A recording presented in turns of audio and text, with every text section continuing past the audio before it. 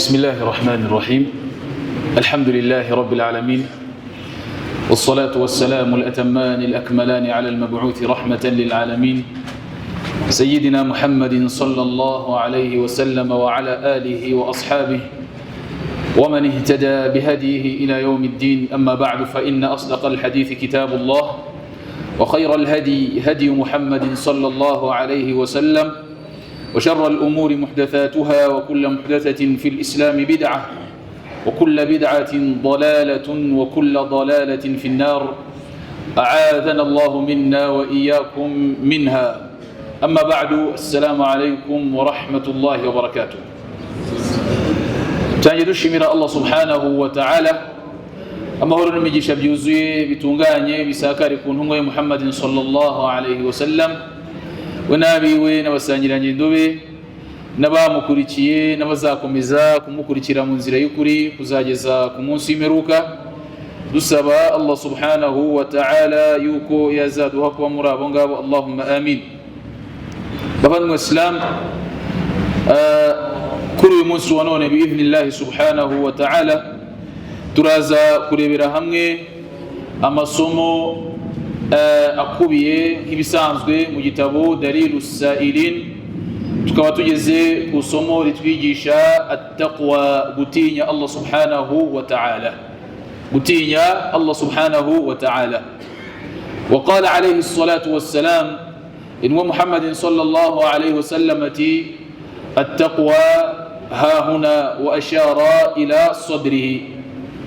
إنه محمد صلى الله عليه وسلم ariko yigisha abasangiranye ndobe yarababwira ati gutinya Allah subhanahu wa ta'ala, taqwa Allah, arababwira ati ha huna, aho biherereye mu muntu aravuga ati naha, arangije yerekana ku gituza cye. Bimana gutinya Allah subhanahu wa ta'ala byanyabyo ni ibiza bihereye mu mutima w'umuntu, hanyuma bikajya no mu bikorwa bikagaragara yuko uyu atinya Allah subhanahu wa ta'ala.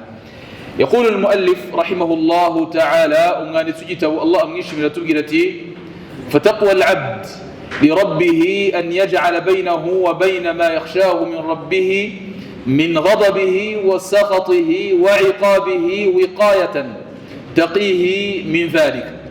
iyo tuvuze gutinya Allah subhanahu wa ta'ala, iyo tuvuze umugaragu wa Allah utinya Allah by'ukuri, ni igihe an yaj'ala bainahu wa baina ma yakhshahu, ni igihe hari ibyo atinya ko Allah subhanahu wa ta'ala yamukorera cyangwa se nk'ibihano, kuba ushobora kuba wafata umutima wawe n'ibihano bya Allah subhanahu wa ta'ala ngo hagati aho ngaho ukahashyira ubwirinzi, kuba washyira ubwirinzi hagati yawe n'ibihano bya Allah subhanahu wa ta'ala, kuba washyira ubwirinzi hagati yawe n'uburakari bw'Uwiteka Allah subhanahu wa ta'ala ukahashyira ubwirinzi, kuba washyira ubwirinzi hagati yawe ndetse n'uburakari buvanze n'ibihano by'Uwiteka Allah subhanahu wa ta'ala.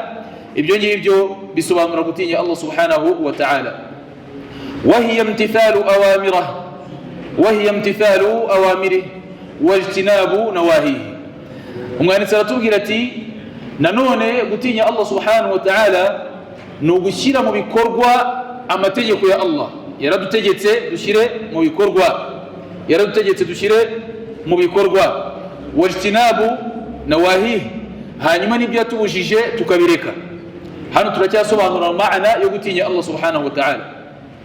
ويدخل في تقوى الكاملة فعل الواجبات وترك المحرمات والشبهات. mu gutinya Allah subhanahu wa ta'ala hinjiramo gukora ibyo twategetswe gukora tukabikora tukabinoza, wa tarki almuharramat, ndetse tukanagendera kure ibyo Allah yaziririje, wa shubuhat, n'ibiteye urujijo. Ibiteye urujijo bavandimwe Islam, Ubuislamu bwadutegetse kubikora, ntabwo bwadutegetse kubireka, ntabwo bwadutegetse, Ubuislamu bwadutegetse kubireka, ntabwo bwadutegetse kubikora. Hari ibintu ujya kureba ukabona birasa nk'ibiteye urujijo, biri hagati yo kuba halali no kuba haram, ni ukuvuga ngo ishusho yabyo ghayr wadih, ntabwo isobanutse, ukibaza ni halali ni haram. Ibi Umuislamu yategetswe kubireka, ntabwo yategetswe kubikora, ntabwo yashishikarijwe kubikora. nk'uko intumwa Muhammad sallallahu alaihi wasallam muri hadithi yatugaragarije yuko ibyo twemerewe gukora, ibyo twemerewe kujyamo biri halali bayinun, biri ku mugaragaro, birazwi, ndetse n'ibyo twabujijwe gukora nabyo bayinun, birahari, biri ku mugaragaro, birazwi. Hagati yabyo umurun mushtabihat, harimo ibintu biteye urujijo byo kwibaza se ni halali cyangwa se ni haram. Rasul sallallahu alaihi wasallam rero akatubwira ati umuntu uzareka ibyo biteye urujijo akabigendera kure akabyirengagiza ntabikore, uyu nguyu idini ye azaba ayitunganyije, uyu nguyu azaba ashyize mu mutekano idini ye. Ariko wa wundi ibiteye urujijo uzabikora, uyu nguyu azaba yaguye muri haram. Niko Rasul sallallahu alaihi wasallam atubwira. Arangije aduha urugero ati karra'i yar'a hawla alhima, ngo ni nk'urugero rw'umworozi urimo urororera ihene ze cyangwa se amatungo ye hafi y'uruzitiro, bibujijwe ko yarenga. Ari kure y'urwo ruzitiro, ntabwo ararwinjiramo, ariko arimo arororera ahantu bishoboka yuko amatungo ye yarenga akajya kona. Ni nk'uko nguko waguha urugero akakubwira ati tekereza ubaye ufite ihene wagiye kuzorora, ariko ukazororera hafi y'uruzitiro rw'umwami cyangwa se hafi y'uruzitiro rwa perezida. Hano uri muri danje, isaha n'isaha ayo matungo ashobora kugucika. Niyo mpamvu rero hanga Rasul atubwiye ati ngo umuntu uri gukinira hafi y'ibintu biteye urujijo aba ameze nk'umworozi uri kororera hafi y'uruzitiro ruteye ikibazo. Bityo rero mu Islam hari ibintu byinshi biba biteye urujijo, ushobora kwibaza ngo biremewe, ni halali, ni haram, byaba mu biribwa, byaba mu binyobwa, byaba mu myambaro, byaba mu bikorwa, ukibaza se iki kiremewe cyangwa nicyemewe. Ishusho yacu urabona giteye urujijo. Ibi ngibi Uislamu bwatubwiye ngo uzabireke, ntuzabikore, uzabireke, ntuzabikore. Ni nka kwa kundi umuntu ashobora kuza kukubaza ati se shekhe, ikinyobwa cyitwa runaka cyanditseho ibintu runaka, ese ni halali kukinywa? Ahanga wareba ikinyobwa ukabona giteye urujijo, kiri hagati yo kuba inzoga no kuba cyaba halali, ese twemerewe kukinywa? Uislamu uti icyo ngicyo muzakireke, ntimuzakinywe, kubera ko ngo kukinywa niko kunywa haram. Niko Uislamu tubwira, niko Rasul sallallahu alaihi wasallam muri hadith atubwira, aratubwira ati ngibyo biteye urujijo uzabijyamo akabikora faqad waqa'a fil haram, azaba yageze cyangwa se azaba yaguye muri haram.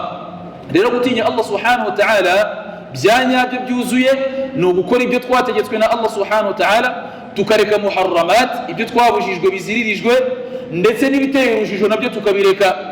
Wa rubbama dakhala fiha ba'da dhalik fi'lu almandubat, nanone mu gutinya Allah subhanahu wa ta'ala haninjiramo yuko twashishikarijwe gukora ibyitwa imigereka byose, wa tarki almakruhat, ibyitwa makruh byose cyangwa se ibitari byiza, ibidashamaje, ibidashimishije nabyo tukabireka. Hano hari icyo kwitondera kandi mu Islam. Hari umuntu umenye yuko igikorwa runaka ari sunna akakireka. Ntabwo twabwiwe sunna kugira ngo tuzireke, ahubwo twabwiwe sunna kugira ngo dushishikarizwe kuzikora. Hari n'abandi babwira ngo ikintu ngo kiri makruh, ntabwo gishimishije, ntabwo gishamaje, agahita gikora. Ntabwo twabwiwe ngo ibintu biri makruh mu Islam, ntabwo bishimishije ntibishamaje kugira ngo tubikore. Nk'abantu bibwira yuko kunywa itabi mu Islam ngo biri makruh, ese koko dusanze biri makruh, hari aho afite dalili kwemerera kubikora? Ibintu rero bidashimishije mu Islam ntabwo twabwiwe ngo tujye tubikora, ahubwo tugomba kubigendera kure. N'ibyo twabwiwe bakatubwira ngo ni sunna, ubwo hari abantu bajya bibeshya cyane ku bisobanuro bya sunna. Iki twabwirwa ngo ni sunna ntabwo twabwiwe ngo tukireke. Hari igihe ujya kumva nk'umusilamu arakubajije, ese shekhe ikintu runaka ni sunna cyangwa ni itegeko? Wamara kumubwira ngo ni sunna ati asante, ubwo agahita kireka, ntiyongere kugikora. Ntabwo twabwiwe sunna kugira ngo tuzireke, ahubwo twarazibwiwe kugira ngo dushishikarizwe kuzikora. Hari n'uza akakubaza ikintu ati si shekhe iki kintu ni haramu cyangwa kiri makruh, wamubwira uti kiri makruh, umaze kubona igipimo gihagaze ukamubwira uti kiri makruh, akatakubwira ati asante, akagenda akagikora. Rero makruhati mu Islam ntabwo twigeze tubwirwa ngo tuzikore, izo turazireka.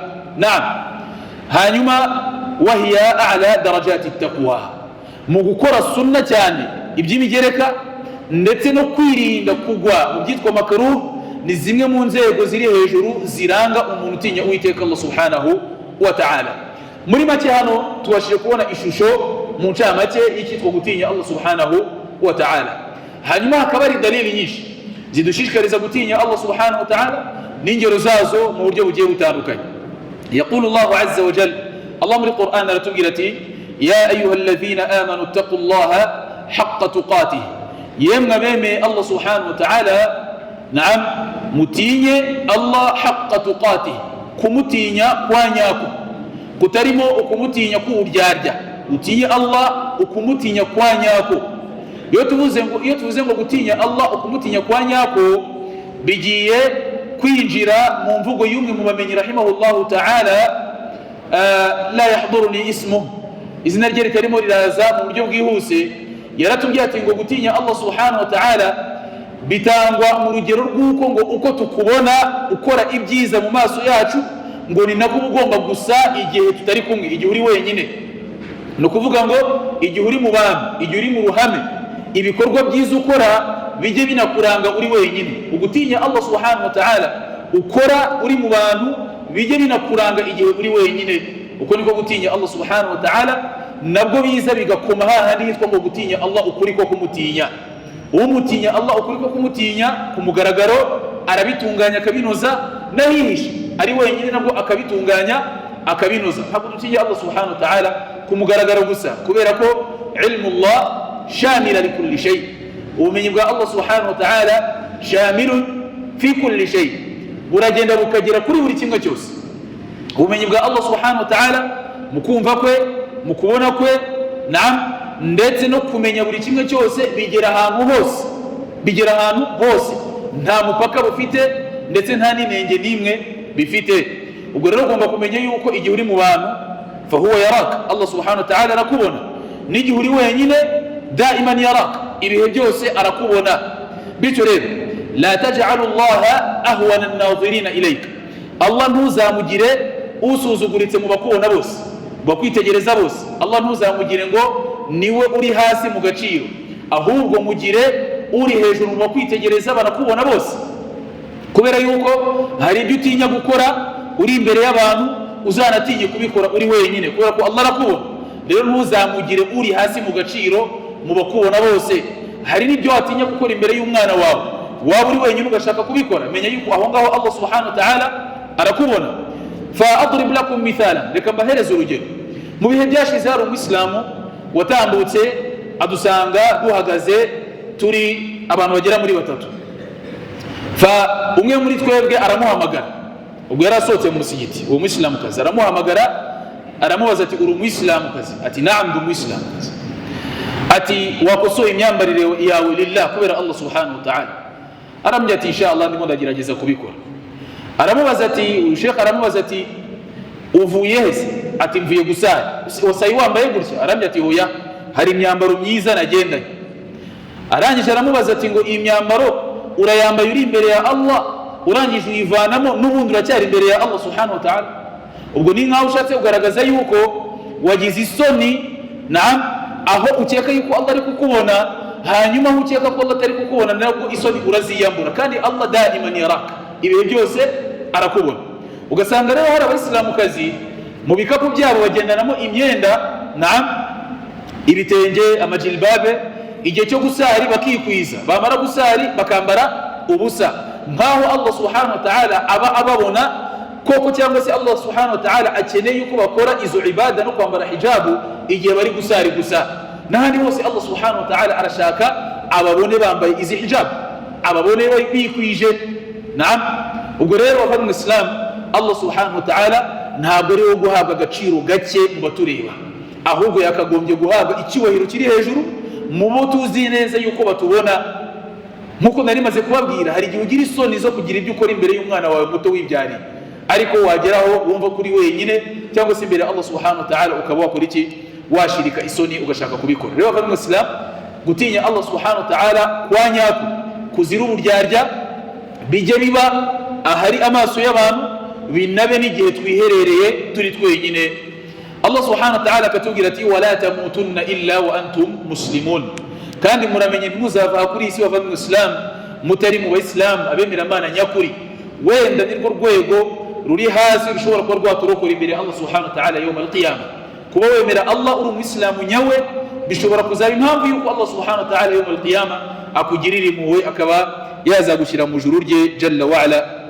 Nasallallahu subhanahu wa ta'ala an yudkhilana jami'an fi jannatihi, dusaba Allah subhanahu wa ta'ala yuko twese yazadushira mu juru rye, Allahumma amin. يقول الله عز وجل أيضا، الله من القرآن لكم ستبقرتي إن الله مع الذين اتقوا والذين هم محسنون.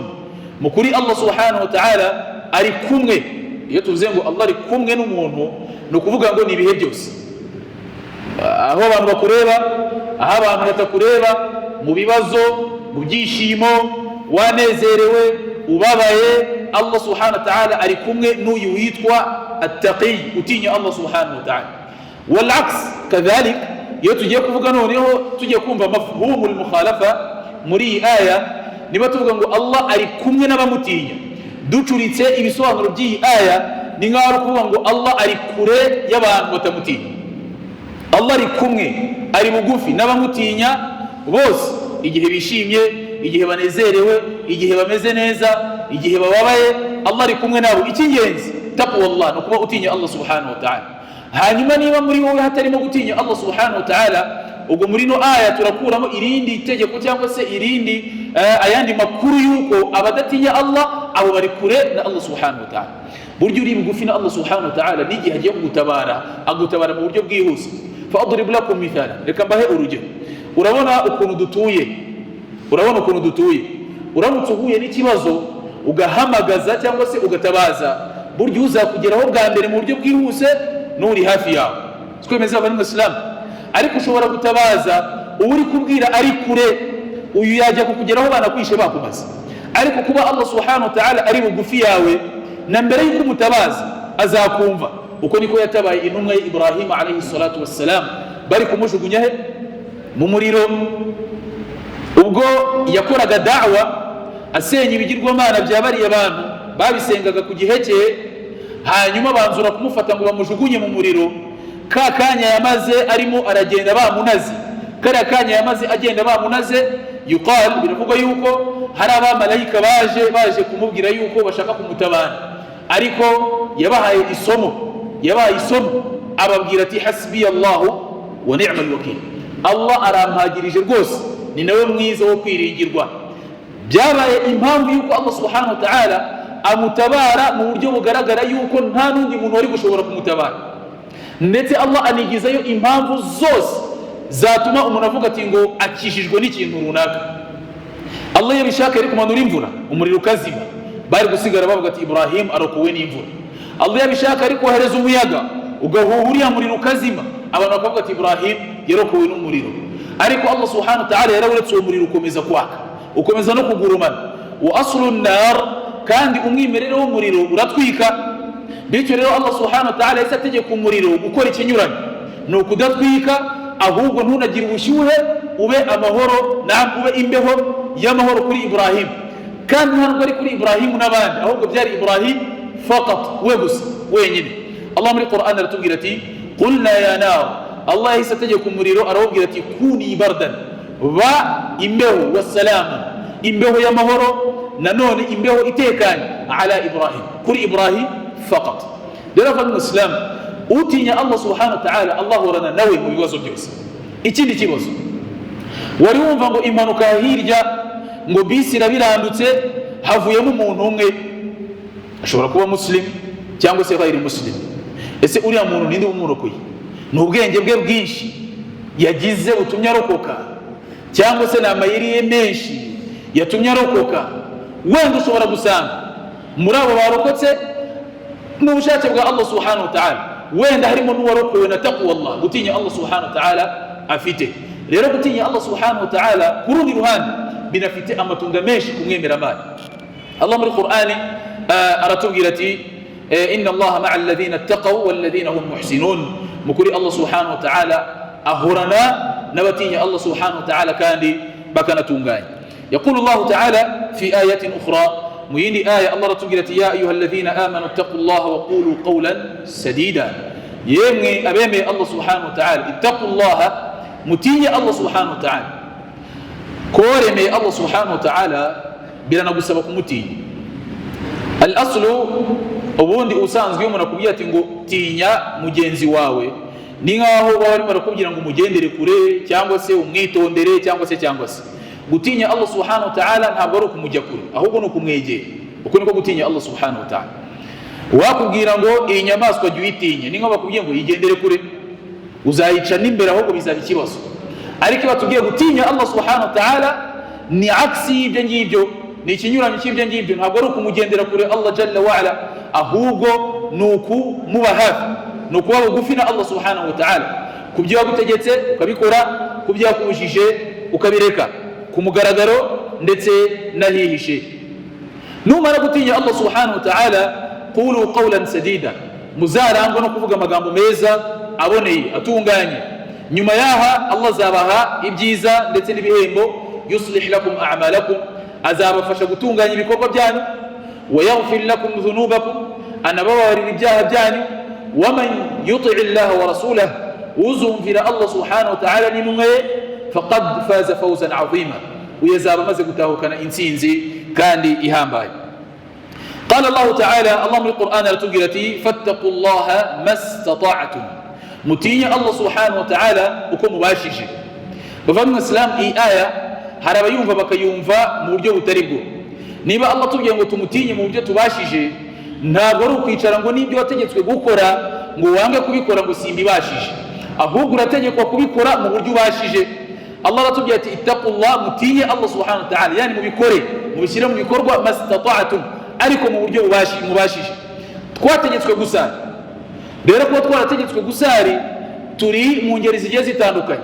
Abageze hejuru mu zabukuru, abarwaye, abafite impamvu zigiye zitandukanye, abo bose bategetswe gusari, ariko mastata'tum, mubikore mu buryo buboroheye. Abarwaye imitsi bemerewe kwicara, abafite ibibazo byo guhagarara bemerewe kwicara, abatanabashije kwicara bashoboye kuryama nabo bemerewe kuryama bagasari. Byose Allah subhanahu wa ta'ala yarabitweretse, ariko tubikore mu buryo butworoheye. Wa ati'u wa anfiqu, hanyuma munumvire Allah subhanahu wa ta'ala, nimurangiza munatange khairan, mu byiza, li anfusikum, muteganyiriza imitima yanyu imbere Allah subhanahu wa ta'ala. Waman yuqa shuhha nafsihi fa ulaika humul muflihun, uzirinda ubugugu uyu nguyu amenye yuko ari mubatahukanye insinzi imbere Allah subhanahu wa ta'ala. يقول الله تعالى الله من آكتوغرتي ومن يتق الله يجعل له مخرجا, nuwatinye Allah subhanahu wa ta'ala kuri ko kumutinya yaj'al lahu makhraja, Allah amuha aho gusohokera mu bibazo afite. Hari ibibazo duhura nabyo bitunguranye va mu Islam, ku buryo utekereza, ku buryo ugiye kubisohokamo ukabura inzira neza, ariko imbere ya Allah inzira ibihari. Kutinya Allah subhanahu wa ta'ala, Allah amusohora muri ibyo bibazo utanazi ngo bivuyemo mu buhe buryo. Ingero buri wese yaziha, n'ubuhamya buri wese yabutanga. Ugiye kureba uburyo ki wagiye usohoka mu buzima, mu bibazo mu buzima bwawe, mu buryo utanakekaga yuko wabisohokamo, buri wese yatanga ubuhamya, buri wese yatanga ingero. Rero uwabikoze neza ndetse n'uwabikorewe neza nuwatinye Allah subhanahu wa ta'ala. Ni kenshi ushobora kubyuka mu gitondo wibaza ngo ndabaho gute muri uyu munsi, ariko Allah subhanahu wa ta'ala akakwereka yuko buryo ki bwo kubaho burahari. Hari abantu benshi hano hanze bafitiye ubwoba ubuzima bwabo. Hari abantu benshi hano hanze bibaza ngo bazabaho gute ejo hazaza. Hari abantu benshi hano hanze benda kwiheba kubera ubuzima. Ariko abandi Islam, ibi byose kugira ngo tubisohoke mu mahoro, taqwallah, gutinya Allah subhanahu wa ta'ala. Kubera ko utinya Allah, uyu ni inshuti ya Allah subhanahu wa ta'ala, kandi inshuti yawe ntabwo yagutenguha. Allah we wenyine niwe wahamagara inshuro ibihumbi n'ibihumbi akakwitaba akanakwikiriza atakurambiwe. Njyewe nuza ukambwira ibibazo byawe rimwe kabiri gatatu, nzagera igihe ngurambiwe nk'umuntu, ariko Allah subhanahu wa ta'ala niwe uzahamagara iteka ryose inshuro utabara akakwikiriza atakurambiwe. Noneho ntabwo birangirira, ahubwo ukanabikunda yuko umuhamagara. Ni nayo mpamvu hari abamenyi batubwira ngo hari nubwo Allah subhanahu wa ta'ala dushyira mu bibazo liyasma aswatana, kugira ngo yumve amajwi yacu, ariko hakaba hari umuntu ujya mu kibazo ubwo burundu agahita ahubwo nibagirwa Allah subhanahu wa ta'ala, akagenda nagiye ahubwo. Rero abandi Muslim, n'igihe twahuye n'ibibazo tujye duhamagara Allah subhanahu wa ta'ala, tujye tumwiyambaza mu buryo bushoboka. طيب, Allah subhanahu wa ta'ala aratubwira ati ومن يتق الله يجعل له من أمره يسرا, watinya Allah subhanahu wa ta'ala ukuri ko kumutinya ibikorwa bye Allah azabimworohereza. ibikorwa bye Allah azabimworohereza. Hari igihe ureba imbere ugashaka ibisubizo by'ibibazo ufite ukabibura, kandi ibisubizo Allah arabifite byinshi cyane, yamaze no kubigutegurira. Winjira mu munsi usanga ibisubizo birahari, winjira imbere mu saha iri imbere ugasanga ibisubizo birahari. Kubwinshi wa Islam, icyo dusabwa no gutinya Allah subhanahu wa ta'ala. Inama arabagirira mu Islam nanjye ntiyibagirwe, ntutinye ibibazo ufite, ahubwo uzahozeho gutinya Allah subhanahu wa ta'ala. Allah azakwereka aho usohokera muri ibyo bibazo. Tinya Allah subhanahu wa ta'ala nyiri kumanura ibyo bibazo, tinya Allah subhanahu wa ta'ala nyiri kumanura izo ngorane n'ibyo bigeragezo. Allah subhanahu wa ta'ala azakwereka uko ubisohokamo. Fihi mithal fi kutub al-ulama, hari urugero rwa bamwe mu bamenyi batweretse. Aratubwira ati ngo uramutse ubaye uca ahantu ku nzira buri munsi, imbwa zikakwirukansa kandi zifite nyirazo. Buri munsi uca ahantu imbwa zikakwirukansa, buri munsi uca ahantu imbwa zikakwirukansa. Uwatekereza nabi nuwashaka guhangana n'izi mbwa, ariko uwatekereza neza nuwajya kwa sebuja cyangwa se kwa nyiriziriya mbwa, akaba ari wajya kuganiriza akazi akamubwira ati imbwa zawe zirambangamira, hana zabakosoye ikibazo. Rero n'ufite ibibazo nuwashaka guhangana nabyo yibagije Allah subhanahu wa ta'ala, ariko uwatekereza neza mu bibazo nuwakiyambaza Allah subhanahu wa ta'ala, wowe wamwohereje ibyo bibazo, hana zabakemuye neza ikibazo. Rero abandi Islam tumenye ko gutinya Allah subhanahu wa ta'ala niyo nzira ya mbere yo gusohoka mu bibazo dufite, niyo nzira ya mbere yo koroha ku bibazo dufite. Gutinya Allah subhanahu wa ta'ala niyo nzira ya mbere yo ushaka kubaho neza mu buzima bwe. Hanga Allah arabitwereka, nuvuga ngo Allah aratubwira ati yaj'alahu min amrihi yusra, ibintu byose ufite ushaka gukora Allah arakorohereza, ukabona ibintu biragenda bitungana. Icyo usabwa gusa no gutinya Allah subhanahu wa ta'ala. Allah aratubwira ati dhalika amru Allah anzalahu ilaykum, gutinya Allah subhanahu wa ta'ala bikaba impamvu yuko ngo Allah akorohereza mu bibazo ufite. Allah yamaze kubigira itegeko kuri mwebwe. Nuvuga ngo atinye Allah, koroherezwa mu bibazo Allah kuri we yamaze kubigira itegeko. Cyangwa se gutinya Allah subhanahu wa ta'ala ni itegeko Allah yatumanuriye, rikaba rifite amatunda mu mugongo waryo yuko tuzoroherezwa mu bibazo byose dufite. Allah arakomeza tugira ati waman yattaqillaha yukaffir anhu sayyi'atihi wa yu'zim lahu ajra. Watinya Allah subhanahu wa ta'ala, Allah azamubabarira ibyaha bye byose, wa yu'zim lahu ajra, najya no kumuha ibihembo azabitubura bigire byinshi. Allah mu yindi aya akatubwira ati ya ayyuhalladhina amanu taqullaha wal tanzur nafsun ma qaddamat lighadin, yemwe abemeye mutinya Allah subhanahu wa ta'ala, na buri nafsi yose ijye yiteganyiriza ibizayibaho ku munsi w'ejo. Ejo kubera iki Allah subhanahu wa ta'ala yakomeje kutubwira muri no aya tubwiye ngo ejo, ntiyatubwira ngo buri roho yiteganyiriza ibizayibaho ku munsi w'imperuka. Bamwe basobanuzi ba Qur'an harimo Ibn Abbas radiyallahu anhu aratubwira ati ngo Allah subhanahu wa ta'ala yakomeje kutubwira muri no aya ngo ejo kugira ngo akubwire ko umunsi w'imperuka uri hafi. Allah arakubwira ngo iteganyirize ibizakubaho ejo kugira ngo akubwire ko umunsi w'imperuka uri hafi. Aka kanya rero ukimara kumenya ngo biri ejo, tungana. Ukimara kumenya ngo gahunda z'umunsi w'imperuka ziri ejo, hagarara neza bwuma.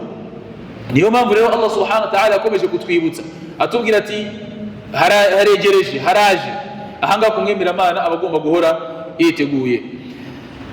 عن ابن مسعود رضي الله عنه أن النبي صلى الله عليه وسلم كان يقول اللهم إني أسألك الهدى والتقى والعفاف والغنى. إنه محمد صلى الله عليه وسلم لحديث ابن مسعود أتوقيريك رسول يكون كفقتي اللهم إني أسألك ما نجسني نقول السبع يوقوام الهدى كيوكا إنزل يكري والتقى أنامك قتينيا والعفاف uname gukomeza kwifata nirinda ibyaha, walghina uname kubaho mu buzima bwiza. Hanyuma ubukire Rasul sallallahu alaihi wasallam yasobaga hangaha iyo tuvuze ngo Rasul yasabaga ubukire, ntabwo bwabaga ari ubukire bw'amafaranga, ntabwo bwabaga ari ubukire bw'amafaranga. Ugiye kuvuga ngo bwabaga ari ubukire bw'amafaranga byarangira uvuze yuko ngo Rasul bavana Islam alghina ghina an-nafs, kubaho ufite ubukire bwa mbere n'ubukire buri ku mutima wawe. Ubwo nibwo bukire bwa mbere. Ubu nibwo Rasul sallallahu alaihi wasallam yasabaga kubaho ari umukire, ariko bishingiye ku kuba ari umukire ku mutima, atunganya ameze neza, anyurwa, nta n'ubugugu afite. Umukire rero wa mbere ni uwakize ku mutima, unyurwa, wirinda ubugugu, usabana na buri wese, ndetse unaca bugufi imbere ya buri wese. Ubwo n'ubukire bwa mbere buba ku mutima w'umuntu. Kuba umuntu rero afite ubukene mu mutima we, n'amafaranga afite nta nicyo yamumarira. yewe no kuyarya byajya bimugora. Tujye dutanga ahangaha ingero. Umuntu wa mbere ukennye n'ukennye ku mutima, nubwo wamuha amafaranga menshi kuri isi Allah subhanahu wa ta'ala, ahubwo ibibazo biriyongera kuri we, ibibazo bihita byiyongera kuri we. Rero icyo dukura muri hadith nuko Rasul sallallahu alaihi wasallam byasabaga cyane Allah yamusabaga yuko yamuha gutinya Allah subhanahu wa ta'ala.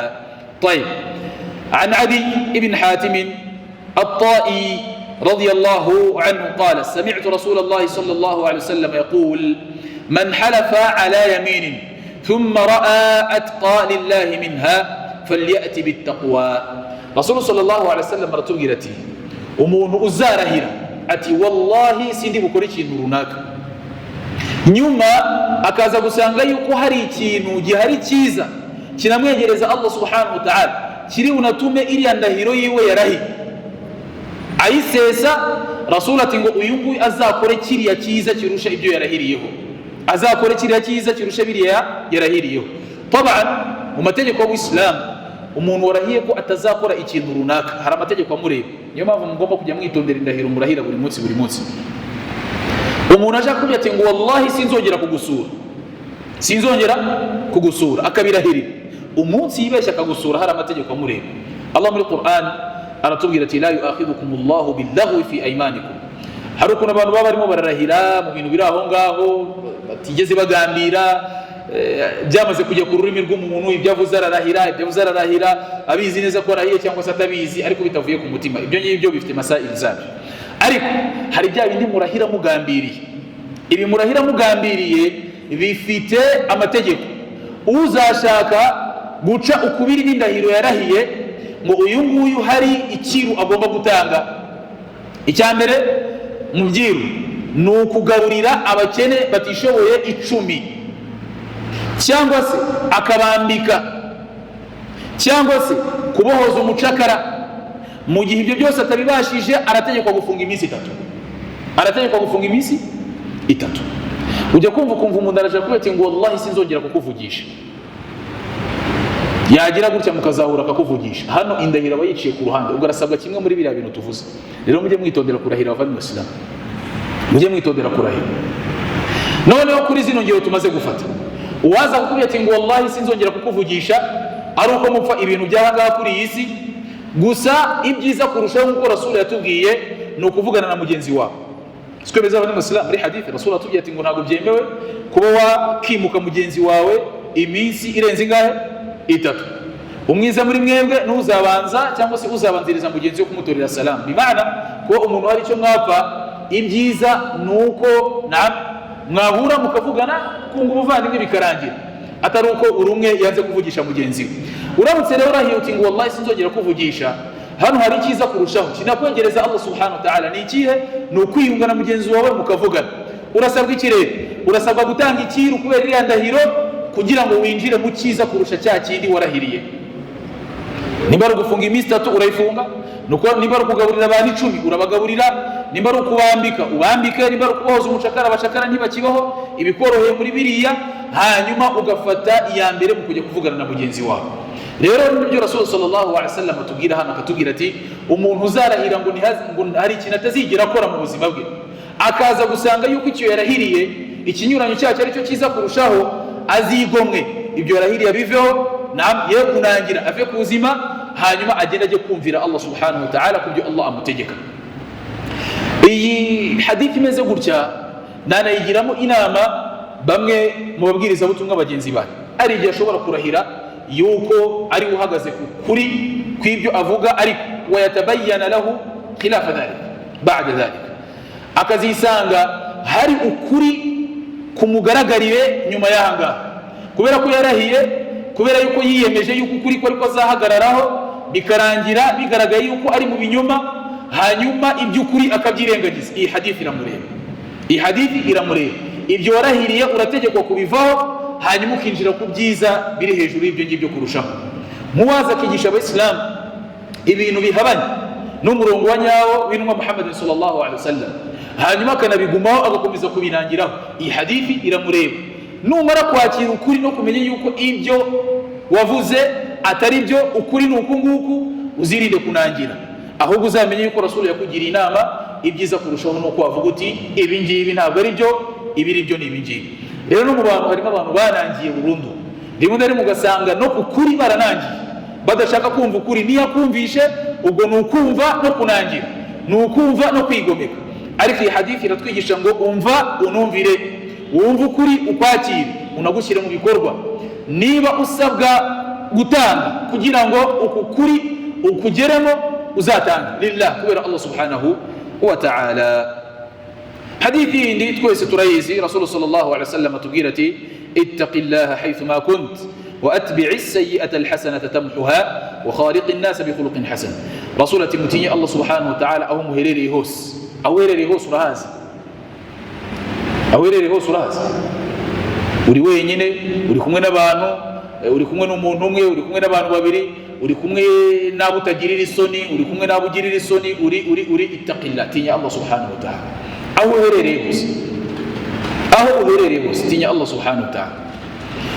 Hanyuma Rasul ati atbi'i as-sayyi'ata al-hasanata tamhuha, umara usanga unyereye kuri ibintu bitari byiza, jya ukurikizaho ibyiza byinshi biri bugende bikanaguhanagurira biriya bitari byiza. Ariko ibi ngibi muri no hadithi bitandukanye n'ibyaha abantu bakora bisaba tauba. Hariya no kujya gukora tauba, ariko hari ibindi bito bito bidasaba tauba, bisaba ko ugenda ukora ibikorwa byiza bihanagura biriya bito bito. الحديث طيب عن أبي هريرة رضي الله عنه عن النبي صلى الله عليه وسلم أنه سئل إنه محمد صلى الله عليه وسلم يربش جوتي ما أكثر ما يدخل الناس الجنة.